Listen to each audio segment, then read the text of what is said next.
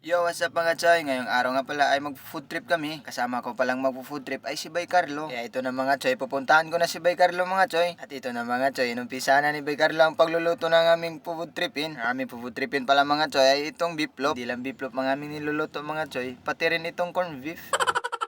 Ito palang beefloaf at corned beef mga choy, hindi pala to binili ni Bay Carlo mga choy. Nakita lang niya to sa daan. Kaya shoutout nga pala sa may-ari nito, niluluto na namin ang yung ulam.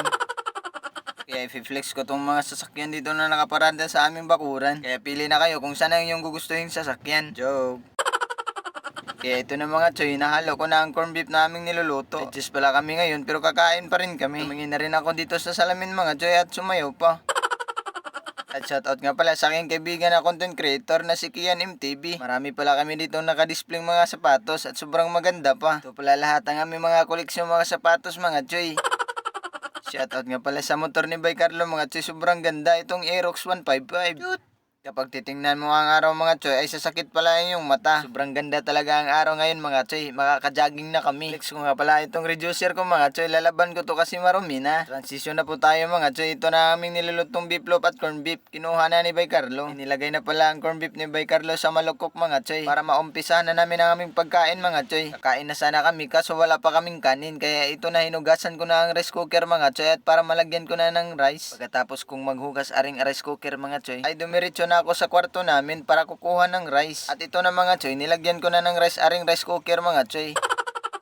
Pagkatapos kong maghugas mga choy, nilagyan ko na rin ng tubig at inilagay ko na sa butane. At para maluto na itong rice mga choy, in-adjust ko pala ang apoy dito sa butane mga choy at para di mapagod itong rice namin. Pagkatapos kong mag-adjust sa butane mga choy, agad naman akong umupo dito sa may upuan sa aming kwarto. Nag-iisip ako mga choy kung ano naman ang i-content ko next day mga choy.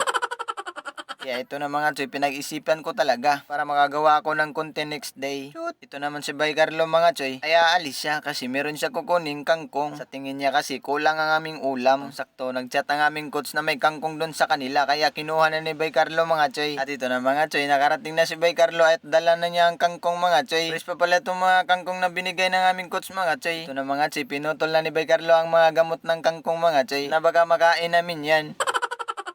Sinimula na nga namin ang pagputol ng mga kangkong mga choy. Siniparit pala namin ang palwa at ang dahon ng kangkong mga choy. Ang style pala ng pagluluto namin dito mga choy ay aadubuhin namin. Masarap kasi kapag aadubuhin itong kangkong mga choy, siguradong ubos ang bahaw mo. Dahil aadubuhin namin itong kangkong mga choy, lumabas ako mga choy at dala ko ang 100 para bibili ng oyster sauce at toyo at pumbay. Hindi talaga sasarap ang lulutuin mo kapag wala itong mga ingredients. Kaya ito na mga choy, ready na to para ilagay sa kangkong mga choy. Naluto na pala ang beefloaf, rice, corned beef at yung kangkong mga choy.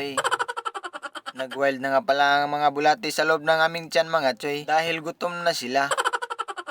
At siyempre mga choy, ito na, sinimula na nga namin ang aming pagkain. Chut!